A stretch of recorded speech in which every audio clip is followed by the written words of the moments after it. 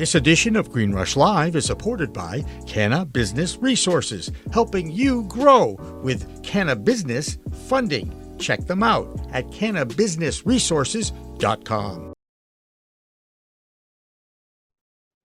Well, it's Friday, and there's never a dull Friday in the existence of the cannabis universe and in Pro Cannabis Media. Hi, everybody. I'm Jimmy Young, the host of Green Rush Live and also the founder of Pro Cannabis Media.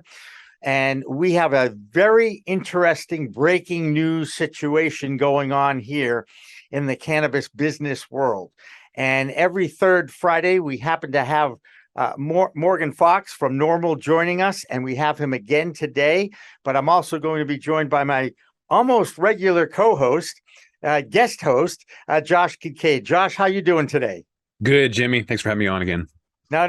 Happy you're here. And Morgan, I'm guessing you know what we're going to talk about. Do you know what we're going to talk about, Morgan? I'm actually not exactly sure if it's breaking because I've been on the road since 7 a.m. Okay, but you knew about the main case and the case of them challenging resident in Maine. And anyway, the federal court ruled on this. Now, did you know that? I did. Okay. I'm still diving into exactly what that means nationally, as well as what that means for the jurisdiction of that particular circuit. But it's definitely very interesting to see the Dormant Commerce Clause being applied in such a fashion. Yep. And that's exactly right. And you know, it's funny. It was a few months ago. We had the law professor from Vanderbilt on, I think it's Robert Mikos, and he explained how that works and why he thinks it is in place and why, and this pretty much clears the way for interstate commerce in cannabis. And I mean, rather than reading the entire article from Marijuana Moment and Tom Angel, and we all know him, it was basically a 2-1 decision by the U.S. Court of Appeals for the First Circuit that affirmed that interpretation, which is broadly meant to prevent states from enforcing laws that unduly restrict interstate commerce unless given specific instruction from Congress. Maine's residency requirement for medical marijuana licensing is an example of an excessive regulation to that end, the panel's majority found. So again, you know, it goes back to, in fact, when I was reading about this, and David Rabinovitz, he's kind of our resident historian. The Rohrabacher Farr Amendment is playing a role in this too, I guess, as you look at this, because that has been renewed every year since 2014. And Congress has acknowledged that this market may continue to exist in some circumstances free from federal criminal enforcement. And the reaction from the cannabis industry community that I've been reading, these comments online, feel like this is a great kind of a shot across the bow again to Congress to understand that something has to be happen. There has to be some kind of reform. And I'm going to guess it's going to help you out in the trenches, right? Well, absolutely. But let's look at this historically a little bit.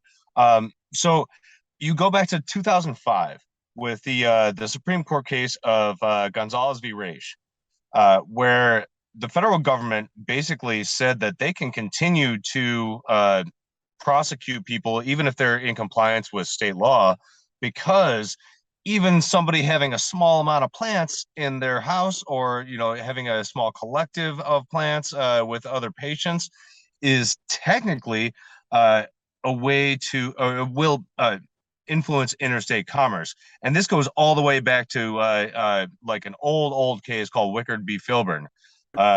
So that was like kind of the start of this, and then now we have so many people that are trying to get something done with interstate commerce here. And this ruling, I think, is very interesting, but I think it's going to take a lot of legal heads to kind of parse out what exactly it means. And it's also only precedent for that particular circuit. And if you look at the issues of what Maine was trying to do, which was trying to keep basically the industry completely in-state and homegrown. You know, that is a laudable goal, but at the same time, that also prevents any sort of out-of-state investment in any of the companies that might be trying to get a leg up, particularly small businesses that don't necessarily have access to either in-state or traditional lending. Yeah. So it's a very complicated issue. Of course it is. And I don't understand most of it other than what I read. And I'm a good reader. So I'm going to read this again about the appellate court ruling is limited in scope, that it currently is only directly affecting states within its jurisdiction, which covers Maine, Massachusetts, New Hampshire, Puerto Rico, and Rhode Island. How did Puerto Rico get in New England? That's what I'd like to know on that. Does anybody have any idea? Josh, everybody, we're shaking our heads. How did that? I honestly don't know. I mean, just because Alex Cora is the manager of the Red Sox, I mean, I don't get it. I mean, is that the only thing? I'm only kidding. So you're right about this, but Josh, I'm sure you have a question for Morgan regarding this. I'm just going to see if I can find any other key moments in this this article and share. Well, just to get everybody up to speed, Dormant Commerce Clause is referring to the prohibition of the illicit in the Commerce Clause. So that's against states passing legislation that discriminates against the excessively burdensome interstate commerce. So you have Oregon that passed a law a few years ago that said they can buy and sell cannabis all day long once it becomes federally legal. But to get people up to speed, how can states supersede federal law? So if the whole West Coast, Alaska, Vancouver, British Columbia, Washington, Oregon, California, they're all legal. Why can't we trade in between? It's because federal law says we can't. So the Dormant Commerce Clause, I don't understand how that could even be something that's looked at because of the feds. You can't have state law supersede federal laws. Am I right on that, Morgan? Or does this have some other bearing that I'm unaware of? Well, you're absolutely right. But at the same time, every single state law regarding cannabis, whether it be adult use or recreational or medical, is in violation of federal law. So technically, states could enter into interstate compacts, but they would be in violation of federal law. I feel like most state legislatures, as well as most state regulators for cannabis systems, feel like that might just be a step too far and would bring the hammer down on them. But they could do it and see what happens. Just like every single state that has passed sensible cannabis policy reform has done so so far. But the Dormant Commerce Clause really kicks in as soon as federal law changes, which means that you can be able to trade in this substance and transport it across state boundaries regardless. So, if say Nebraska continues to be an illegal state, once cannabis is legal federally, you can't, Nebraska would not be able to stop people from shipping cannabis through its territorial borders, and the federal government would not be able to stop states from entering into either interstate compacts or just doing business across borders. So it does create a lot of considerations that both state and federal lawmakers need to think about when they're approaching this. I haven't read this opinion thoroughly yet, but I would think that it doesn't really necessarily say that all of a sudden interstate commerce is legal. And anybody that is saying such, I think you need to really take it with a grain of salt and consult a ton of lawyers before you start shipping across state lines, because while it might not be an enforcement priority, you will still be doing that one thing that the feds are still really kind of iffy about. Even if they're letting states do their own thing, but as soon as you get into interstate commerce, they're going to want to have a much stronger position and a much stronger structure on it. And if people start doing it willy-nilly, I fear that it could create serious crackdowns. Idaho doesn't even want you to transport hemp. There's a lot of issues just trying to get legal products. You're absolutely right. I mean, there's still people sitting in jail right now in places like South Dakota for moving federally legal hemp products. Yeah.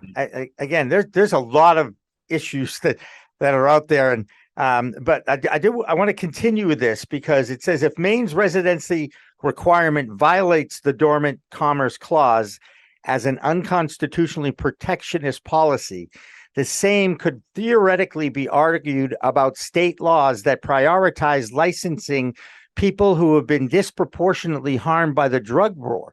So there already is some pushback from the social equity community because we've got Robert Mikos. He's basically saying court decisions like this one could put an end to a lot of social equity licensing programs because those social equity licensing programs have had to rely on the same sort of residency discrimination to work. And that's Robert Mikos' quote from Vanderbilt. And then Shalene Title, who's a very outspoken cannabis advocate and a former commissioner for the original Cannabis Commission in Massachusetts. Now, Shalene's my dude. She's awesome. Everybody loves Shalene. I agree. She's now the founder of the Cannabis Regulators of Color Coalition, the CRCC. Here's her quote. The takeaway from an equity perspective is that regulators and people concerned about fair markets should understand the case and be prepared for dominoes to start falling, she said.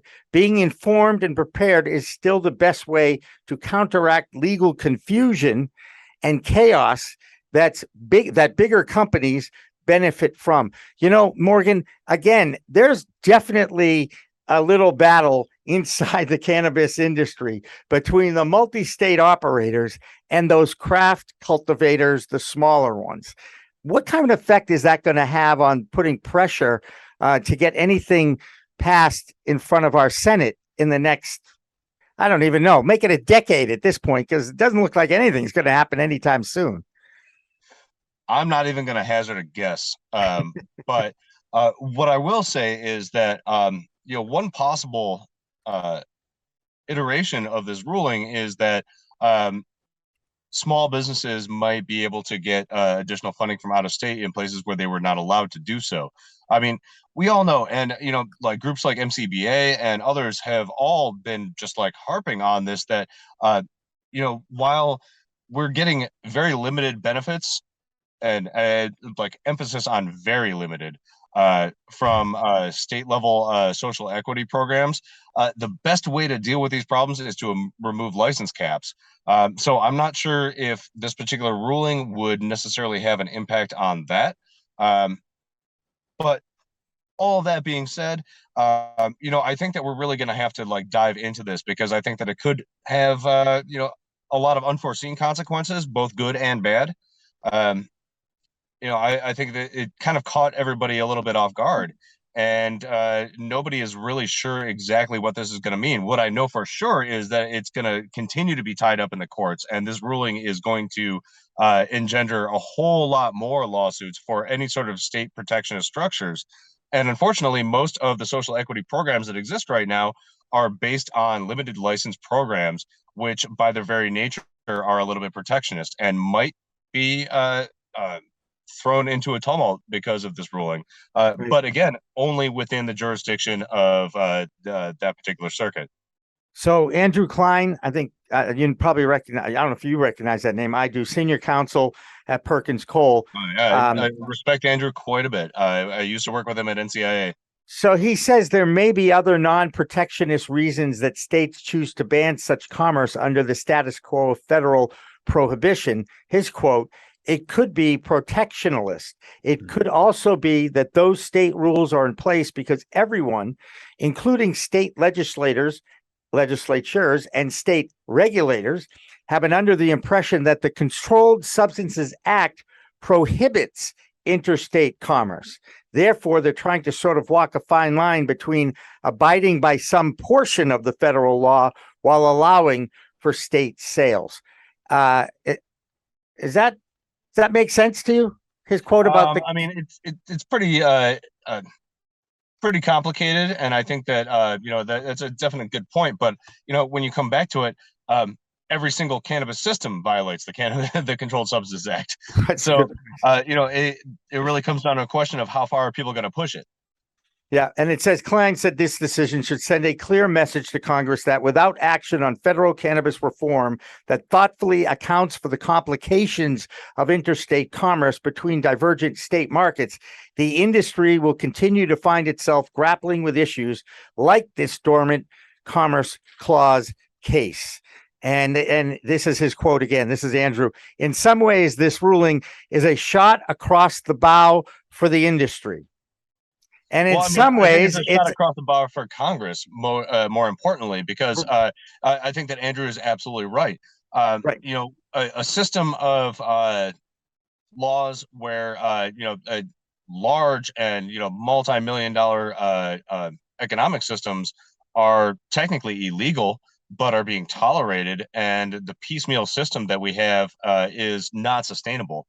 And I think that this ruling kind of really it highlights the fact that federal law is standing in the way. Now we have all sorts of systems where state laws differ about things. I mean, alcohol still is one of those things where there are differences between state to state, and Right. there are also rules regarding interstate commerce when it comes to alcohol. Like some states will not, or some states have more stringent rules when you want to import beer, liquor than other states. They have more strict labeling rules. You have to go through more hoops and whatnot, and that is clearly going to continue in the cannabis system. But the fact that we have such a huge dichotomy between state and federal law, and states are continuing to move in the right direction on this, more and more states every year, and we're looking at potentially like 4 or 5 that could turn in November. I think that this court ruling is really a clear signal for Congress to get off their asses. That's right, 100%. He says, this is Andrew again. It's a shot in the arm for the industry because the First Circuit recognized that a robust interstate market already exists that is likely to attract entrants far and wide and is supported by congressional action through the Rohrabacher-Farr law clause or whatever. And one other little note here. New Jersey State Senate President Nicholas Kottari filed a bill this month that would authorize the governor to enter into agreements with other legal states to import and export cannabis. So this is just beginning. And you know what? Clarence Thomas is sitting there going, see, I told you these laws were screwed up, right? And he's right. I mean, and it's another reason why, and Josh, you've probably heard me say this. Morgan, I know you said this. You want to invest in the cannabis industry, invest in a cannabis industry law firm, okay? Because they are going to make money no matter what the law says, right? Well, I mean, a great person to speak with about interstate commerce issues is Adam Smith. I believe he's still with the Craft Cannabis Alliance up in Oregon, and he's been working on getting states to pass interstate commerce compacts that would be triggered as soon as they were allowed by federal law. I think that at some point, some states might just say like, we're just going to go ahead anyway, regardless of federal law. But we'll see. At the end of the day, though, I think that it's really great to see that courts are recognizing that, not only do we have a vibrant multi-state regulated cannabis industry, but interstate commerce is already happening on the unregulated industry and has for decades. So do you want to control it, or do you want to allow the interstate commerce to only be the purview of underground operators? Yeah. And isn't it interstate commerce when there's an edible product in California that's also available in Massachusetts? It's the same recipe, the same genetics, the same manufacturing. It's all tested. And I mean, seems to me that is interstate commerce. The difference is they grew it and created it in one state to make it exactly the same as the other state. So it's like a license to recreate that recipe in a legal state. To me, that is interstate commerce. Well, I mean, I think that you're onto something, but at the same time, intellectual property is not necessarily something that is held under the umbrella of interstate commerce. So, you can use the ideas and the methods and whatnot, but unless actual physical material is crossing state borders, it's not technically interstate commerce. Right. And if it came from a seed, is that a little material, or is that still the gray area in this industry? I mean, you'd have to talk to a lawyer about that. Josh, what's your feeling about seeds and genetics? Because all three of us know there's a vibrant market for genetics on the internet. Yeah, I would say grab as many as you can and store them in a dark, cool place, because if you try to find tobacco seeds, you won't find any anywhere on the planet. So eventually, whether it's 10 or 20 years, it's going to be really, really hard to find good genetics because, like I said, you can't find it in crops like tobacco anywhere. Yeah, I absolutely agree. And you start to see proliferation of certain strains, and then other genetic material starts to kind of go by the wayside or disappear.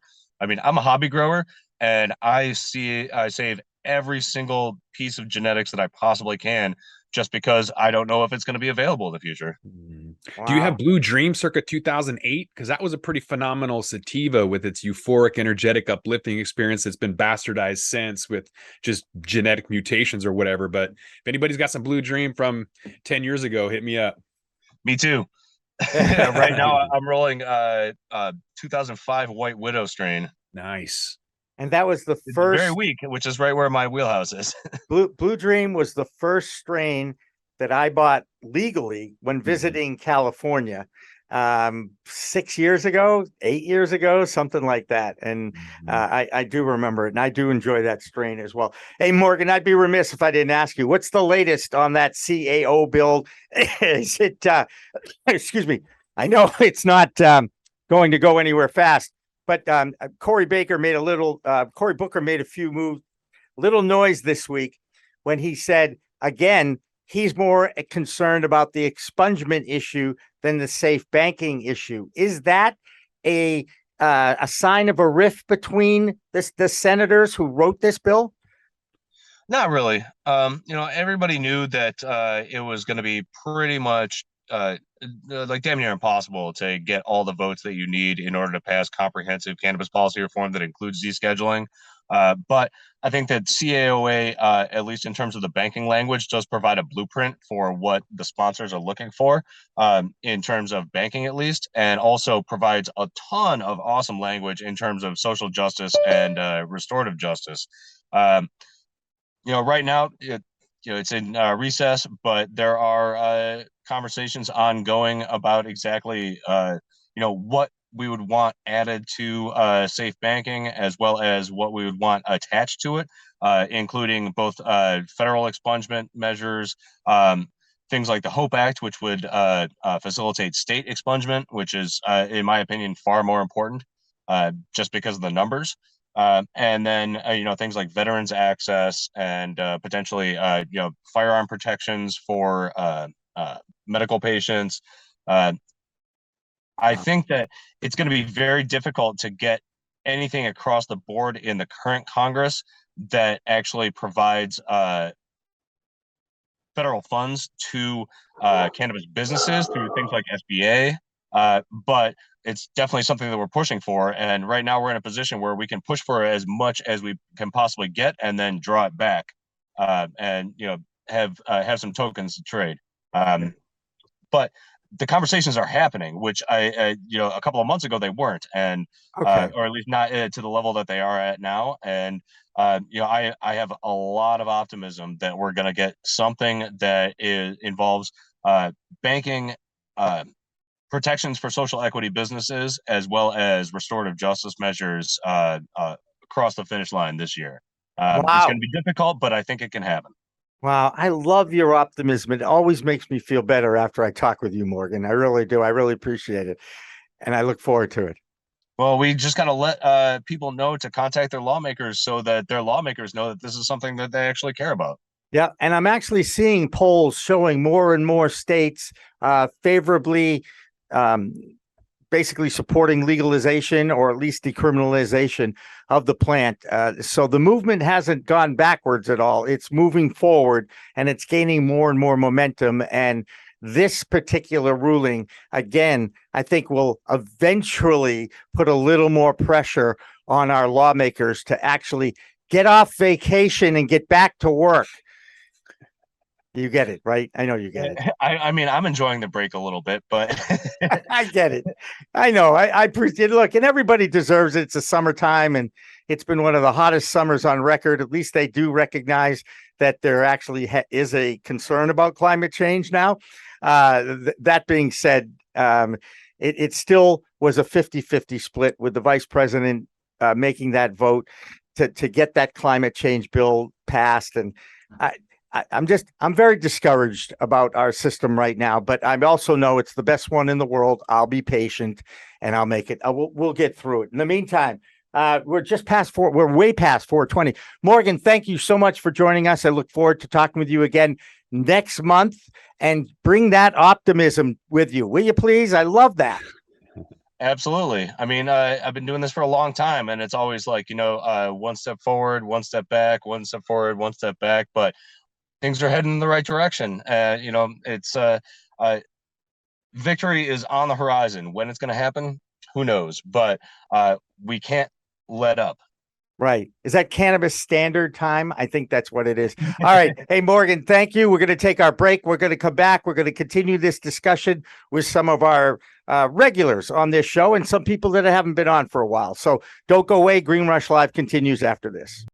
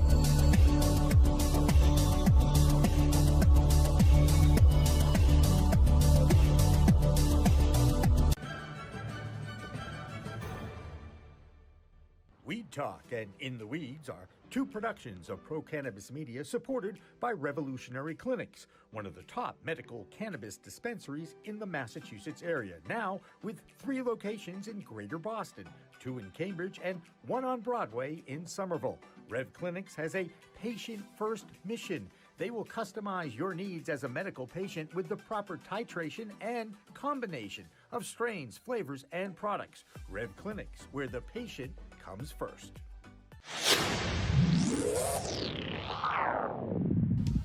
Hey, you want to grow your own plants? Check out Style Lighting's Grow Kit. It has everything you need to become an expert home grower and bring the power of the sun indoors. Style Lighting uses TCP's high-powered commercial LEDs that deliver twice the output in the market.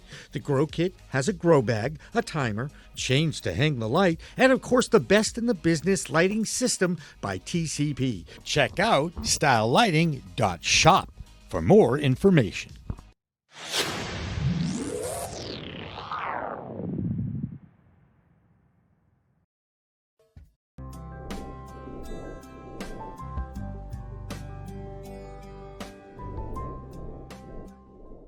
Pro Cannabis Media programming is available live and on demand on our Facebook page at Pro Canna Media, on Instagram at Pro Cannabis Media, on LinkedIn also at Pro Cannabis Media, on YouTube and YouTube Live on Pro Cannabis Media, Twitter at Pro Canna Media, and on twitch.tv/Pro Cannabis Media. So like, share, and subscribe to all of our content, newsletters, and shows live or on demand. We are Pro Cannabis Media.